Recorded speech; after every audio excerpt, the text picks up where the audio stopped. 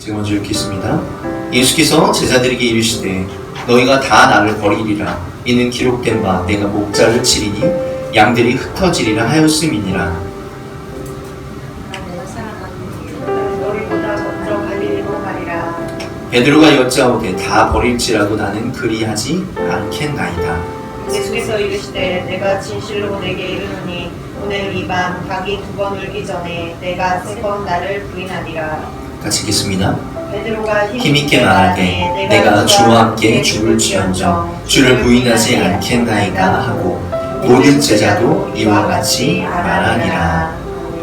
아멘. 오늘은 고백이라는 제목으로 함께 은혜 나누기를 소망합니다. 신앙생활은 경험입니다. 내가 하나님의 살아계심을 경험하고 또 내가 체험해야 하는 것이죠. 신앙생활 하시는 분들 중에서 아무런 경험 없이 신앙생활 하시는 분들은 없을 것입니다. 지속하기가 어렵다는 거죠. 신앙생활은 나의 삶에 역사하시는 하나님을 경험하고 또 계속해서 하나님을 만나야 우리가 신앙생활을 할 수 있습니다. 우리의 믿음이 성장하는 것 역시 하나님과 함께하면서 내가 어떤 경험을 했느냐, 이것이 굉장히 중요합니다. 그리고 그 과정에서 중요한 것은 내가 하나님께 어떤 기도를 드렸냐, 내가 하나님께 어떤 고백을 했냐, 이것도 굉장히 중요합니다.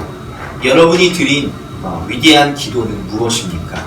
쉬운 말로 얘기해서 위대하다 이렇게 표현했지만 내가 평소에 드릴 수 없었던 내가 이런 고백을 했나, 내가 이런 기도를 했나, 이런 여러분들이 생각해도 좀 놀라운 그런 기도나 고백이 무엇이 있는지 한번 생각해 보시기 바랍니다. 오늘은 성경에서 위대한 고백을 많이 했던 베드로에 대해서 말씀을 좀 나누면서 함께 은혜 나누기를 바라는데요. 베드로는 성격이 굉장히 직선적이고 저돌적인 사람이었습니다. 우리가 주변에 있죠? 생각하고 행동하지 않는 말이 먼저 나가고 그리고 또 행동을 먼저 하는 그런 사람이었습니다. 그래서 그는 말씀에서도 보면 예수님께 칭찬도 많이 받았지만 반대로 책망도 많이 받았습니다. 먼저 생각하지 않고 행동을 하는 사람들은 좋은 일도 많이 할 수 있겠지만 실수도 많다라는 거죠. 그래서 예수님께서 때로는 칭찬하시기도 하지만 때로는 책망하기도 하고 그것을 보게 됩니다. 마태복음 14장에 보면 예수님께서 무리를 걸어오는 그런 무리를 걸어서 제자들에게 오는 그런 내용들이 나옵니다. 그래서 그 모습을 보면서 처음에 귀신 아니야? 이렇게 제자들이 이야기하자 예수님께서 안심하라, 나다 이렇게 말씀을 하시죠. 그러자 베드로는 예수님께 뭐라고 이야기를 하냐면 만일 주님이시거든 나로 명하사 무리를 걸어오게 하여 주시옵소서 이렇게 고백을 하죠. 그러자 예수님께서 걸어와라. 베드로가 배에서 내려서 예수님께 걸어갑니다. 걸어가다가 어떻게 되죠? 지금 내가 어디 있고 내가 지금 뭘 하는 거지? 이런 인간적인 생각이 드니까 바람이 부니까 그가 물속으로 이제 빠져 들어가는 거예요. 그러자 주님 도와주시옵소서. 주님 내 손을 잡아주시고 나를 구원하여 주시옵소서 라고도 이야기를 하죠. 예수님께서 이렇게 붙잡아서 그를 도와주시고 살려주시면서 믿음이 적은 자 왜 의심하느냐. 동시에 두 가지를 경험하는 것이 하나는 예수님께 주님 제가 가도 되겠습니까? 그 배 안에 누구가 있었어요? 제자들이 다 같이 있었는데도 불구하고 오직 베드로만 예수님께 나아가도 되겠습니까? 이렇게 이야기를 하는 것이에요. 그래서 무리를 걷는 기적을 경험하는 거죠.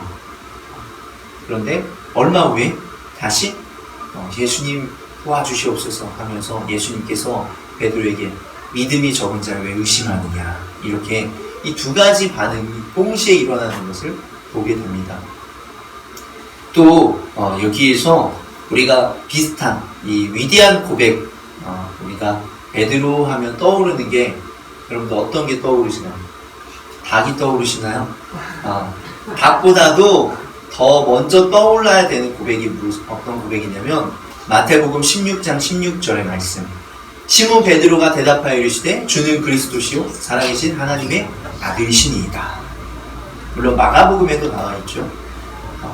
베드로는 예수님께 대하여 가장 먼저, 사람 중에서 가장 먼저 주는 그리스도시요 살아계신 하나님의 아들이십니다 라는 고백을 한 최초의 사람입니다.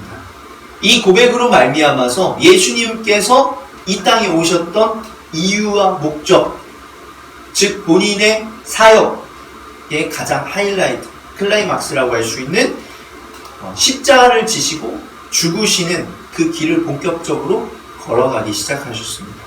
사람이 사람의 몸을 입고 오신 하나님의 아들을 처음으로 베드로가 알아본 것이에요.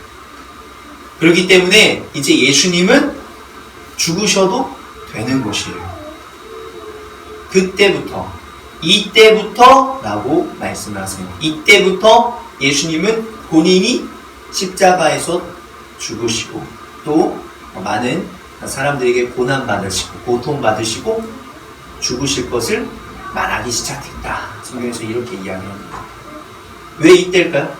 아까 얘기했듯이 사람이 이 하나님의 아들을 알아봤기 때문에, 누구가?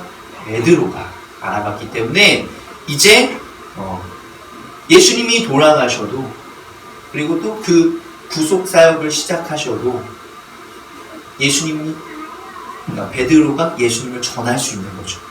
예수님은 사람이 아니었다. 물론 사람의 몸을 입고 왔지만 예수님은 하나님의 아들이셨고 우리를 구원하기 위해서 하나님께서 보내신 하나님의 아들이다 라고 전할 수 있는 사람이 최소 한 명이 되었기 때문에 제자들 중에 12명 중에 이제 한 명이 되었지만 그 한 명, 이 시작이 굉장히 중요하잖아요. 그런 고백을 베드로가 했다라는 것입니다. 이런 베드로에게 예수님이 뭐라고 이야기하시냐면 17절부터 19절에 보면 시몬아 내가 복이 있다. 이를 내게 알게 한 이는 혈육이 아니요 하늘에 계신 내 아버지다. 내가 이 반석, 베드로가 반석이라는 뜻이잖아요. 이 반석 위에 교회를 세우리니 음부의 권세가 이기지 못할 것이다. 19절에 천국 열쇠를 내게 주노니 내가 땅에서 무엇이든지 매면 하늘에서도 매일 것이요 내가 땅에서 무엇이든지 풀면 하늘에서도 풀리리라. 이 어마어마한 능력까지도 주십니다. 그런데 그 다음에 뭐라고 말씀하시냐면 아까 얘기했던 이제 내가 십자가의 길을 가야 된다. 내가 죽어야 되고 그러나 내가 3일 만에 부활할 것이다. 이렇게 말씀을 하죠. 22절에 보면 베드로가 예수를 붙들고 항변하여 이르되, 이 항변이란 뜻이 무엇이라고 했죠? 꾸짖는다라고 했죠. 그러면서 주님 그리하지 마소서, 이 일이 결코 주께 미치지 아니하리이다 이야기를 합니다. 예수님이 뭐라고 얘기했죠? 사탄아 뒤로 물러가라. 어쩌면 사람에게 사탄이라고 하는 예수님의 모습이, 예수님의 이 말이 가장 최초이자 최후의 우리가 성경을 보면 사람한테 사탄이라고 이야기하는 경우는 이 베드로한테밖에 없어요. 베드로가 들으면 얼마나 마음이 속상했겠어요. 그러나 예수님께서는 너가 사람의 일로 하나님의 일을 무너뜨리게 하지 말아라. 이렇게 이야기하면서 이야기를 하는 거죠. 어떻게 보면 굉장히 베드로로서 굉장히 마음이 상할 만한 그런 이야기인데, 또 역시 앞에 이야기했듯이 베드로가 정말 놀라운 칭찬을 듣고 그 바로 뒤에 또 놀라운 책망까지 듣는 거예요. 이 베드로의 모습을 우리가 볼 수 있다는 것입니다. 그러면서 오늘 나누었던 본문이죠. 마가복음 14장에 보면 예수님께서 최후의 만찬을 하시고서 제자들에게 이야기를 합니다. 너희들이 다 나를 버릴 것이다. 기록된 바 내가 목자를 치리니 양들이 흩어지리라 하였습니다. 그러나 내가 살아난 후에 너희보다 먼저 갈릴리로 가겠다. 베드로가 29절과 30절에 29절 뭐라고 얘기하냐면 여짜오되 다 버릴지라도 나는 그리하지 않겠습니다. 이 고백을 하죠. 자신만만합니다. 그러니까 예수님께서 30절에 내가 진실로 내게 이르노니 오늘 이 밤 닭이 2번 울기 전에 내가 나를 3번 부인하리라. 뭐 다 아는 말씀이죠. 그러자 31절에 한 번 더 이야기를 했어. 베드로가 내가 주와 함께 죽을지언정 주를 부인하지 않겠나이다 하고 모든 제자도 이와 같이 말하니라. 한 번 더 이야기한 것은 우리가 기억할지 모르겠어요. 한 번 더 이야기를 하면서 뭐라고요? 예수님이 죽으면 나도 같이 죽겠습니다. 요 정도까지 이야기를 했었던 것을 우리가 볼 수 있습니다. 그런데 결과는 어떻게 되죠? 66절부터 72절까지를 보시면 이 대제사장의 여종이 하나가 와서 이야기를 합니다. 너도 나사렛 예수와 함께 있었다. 67절에. 그러자 68절에 베드로가 부인하여 이르되 나는 지금 네가 말하는 것을 알지 못하고 깨닫지도 못한다. 너 지금 무슨 말 하는 거냐? 이야기를 하자 69절에 여종이 그를 보고 곁에 서 있는 자들에게 다시 이르되 이 사람은 그 도당이라 하되 70절에 또 부인하더라. 조금 후에 곁에 있는 사람들이 다시 베드로에게 말하되 너도 갈릴리 사람이니 참으로 그 도당이니라. 왜 그러냐면 갈릴리가 시골이었어요. 시골 사투리를 쓰니까 다 알아본 거죠. 아니라고 이야기를 하는 것이죠. 근데 71절에 베드로가 저주하여 맹세하되 나는 너희가 말하는 이 사람을 알지 못하노라. 그냥 부인한 게 아니라 저주하면서 부인했어. 72절에 닭이 곧 2번째 울더라. 이에 베드로가 예수께서 자기에게 하신 말씀 곧 닭이 2번 울기 전에 내가 나를 3번 부인하라 하심이 기억되어 그 일을 생각하고 울었더라. 이 울었다는 표현이 있습니다. 베드로가 얼마나 예수님께 죄송하였기에 울었다라는 표현이 있을까요? 이 사건 이후로 이제 이번 주에 우리가 큐티 하면서 또 말씀을 살펴보겠지만 지금 이 내용들이 어떤 내용이죠? 이제 최후의 만찬이 끝나고 예수님이 잡히고 신문 받고 그리고 이제 십자가 형을 선고받고 십자가에서 또 매달리시고 죽으시고 이런 내용들이 이제 나오는 거죠. 우리가 베드로의 입장을 한번 생각해 보면 더군다나 하나 우리가 기억해야 될 게 예수님을 팔았던 유다는 예수님이 그렇게 십자가에 못 박히는 과정에서 자살을 선택했죠. 그걸 이 베드로가 모를까요? 모를 리가 없죠. 똑같이 지금 자기도 예수님을 어떻게 보면 배신했고 지금 가룟 유다도 배신했어요. 물론 제자들도 다 배신했죠. 그렇지만 그 배신한 상황에서 이 유다가 자살까지 했어요. 그러면 이 베드로의 입장에서 예수님이 돌아가신 뒤에 3일 동안에 과연 어떤 생각과 어떤 마음을 가지고 살아갈 수 있었을까요? 나도 유다와 같은 길을 선택해야 되는 것인가? 내가 어떻게 해야 되는 것인가? 예수님께 죄송한 마음 얼마나 컸겠어요.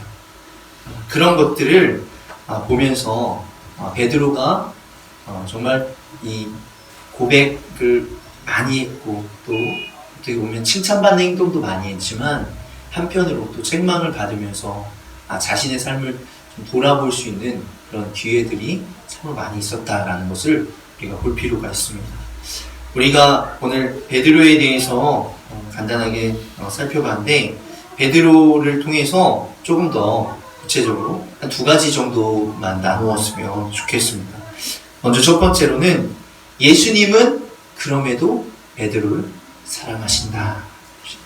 한번 따라해볼까요? 예수님은 그럼에도 나를 사랑하십니다. 이렇게 예수님을 부인했던, 배신했던, 그리고 아까 뭐라고 고백했어요? 예수님과 함께 죽을지언정. 그러니까 내가 같이 죽겠습니다라고까지 얘기했던 베드로인데 실상은 도망가는 그냥 배신자요 도망자였다라는 것이에요. 그런데도 불구하고 요한복음에서는 예수님이 다시 살아나신 뒤에 말씀 그대로 아까 고백했던 내가 갈릴리로 너희보다 먼저 가겠다 했던 그 고백처럼 제자들을 찾아가시고 또 만나주세요. 요한복음 21장에서는 2번 그렇게 본인을 드러내지 않고 만나시고 세 번째에는 본인을 드러내시면서 이제 15절에 보면 같이 함께 조반을 먹습니다. 같이 식사를 하시고 예수님께서 시몬 베드로에게 이르시되 요한의 아들 시몬아 내가 나를 사랑하느냐. 이 이야기를 예수님께서 베드로에게 하셨을 때 베드로는 네가 나를 사랑하느냐라는 그 질문인데 어떻게 들렸겠어요? 나는 아직도 너를 사랑한다. 너는 나를 사랑하냐? 이렇게 들리는 거지.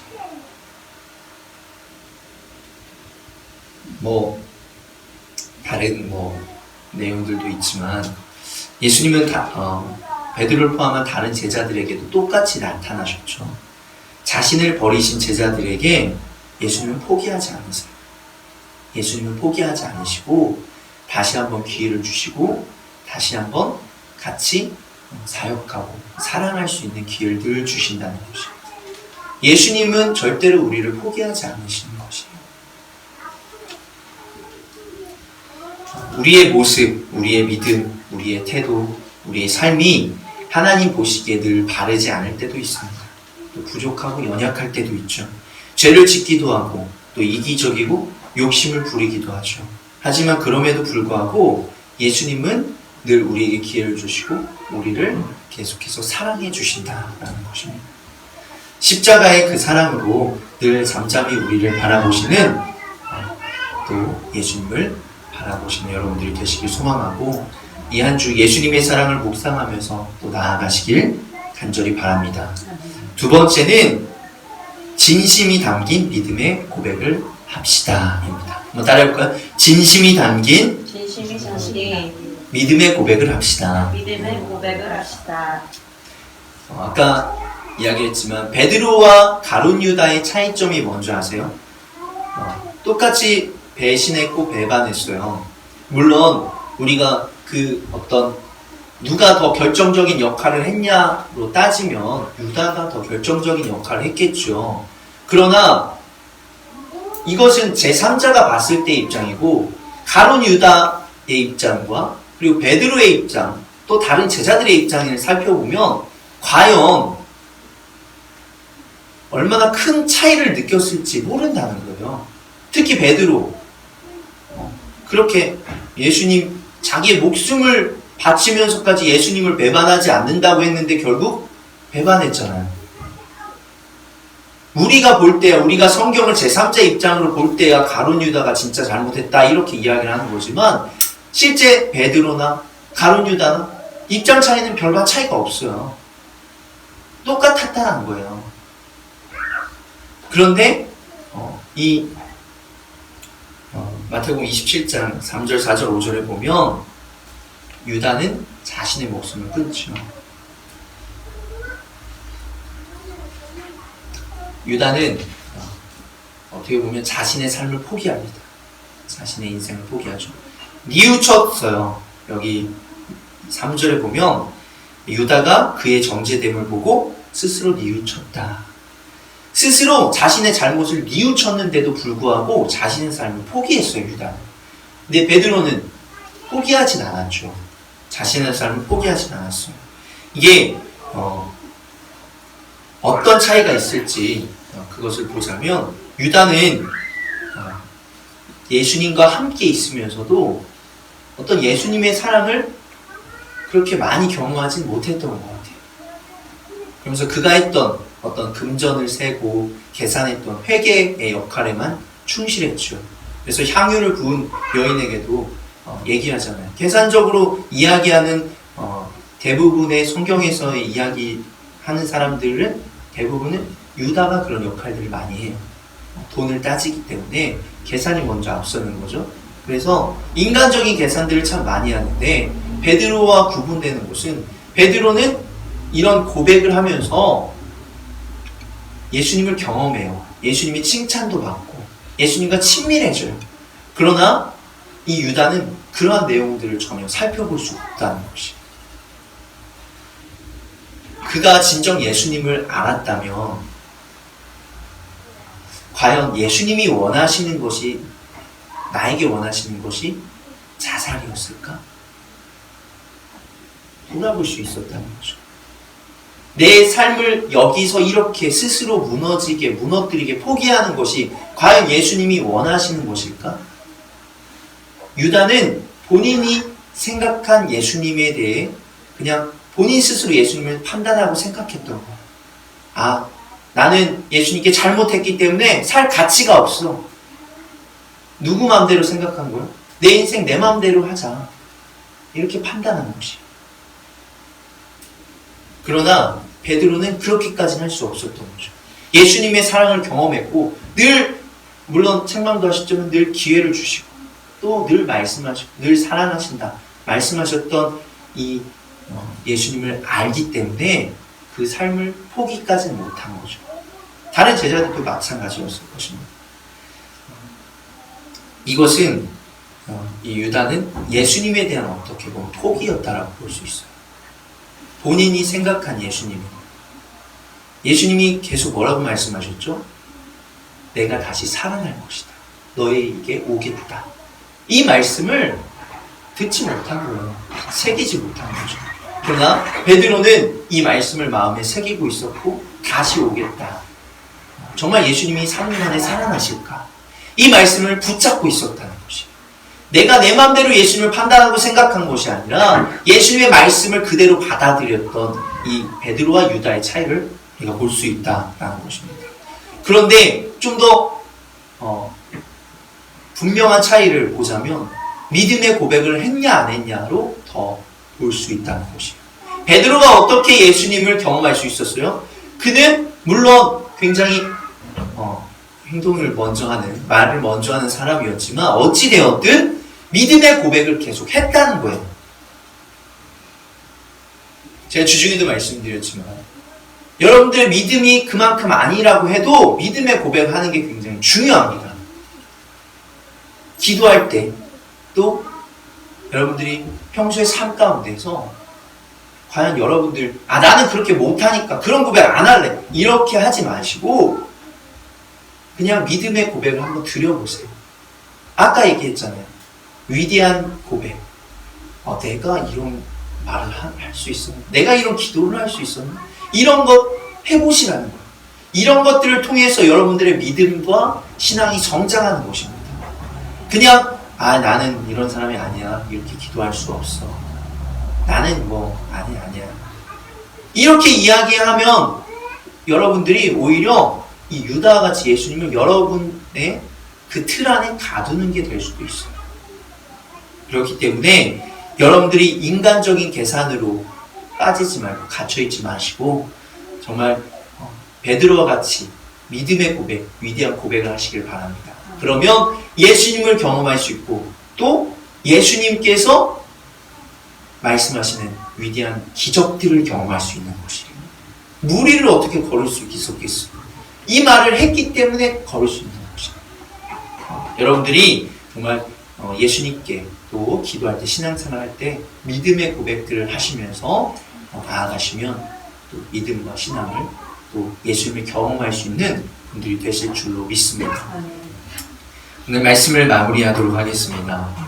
우리가 살아가면서 또 이 사순절을 보내고 이 고난주간을 보내면서 여러분들이 정말로 예수님께서 나를 사랑하신다 라는 것을 늘 기억하시길 소망하고 그럼에도 불구하고 사랑하신다. 그럼에도 불구하고 지금 이 모습 그대로를 사랑하신다. 이것을 기억하시면서 나아가시길 소망하고 또 두 번째는 여러분들이 믿음의 고백, 여러분들의 마음이 담긴 믿음의 고백을 하시면서 여러분들이 예수님을 경험하고 또 믿음과 신앙이 성장하는 귀한 우리 좋은 만한 그 성도 되시길 간절히 소망합니다.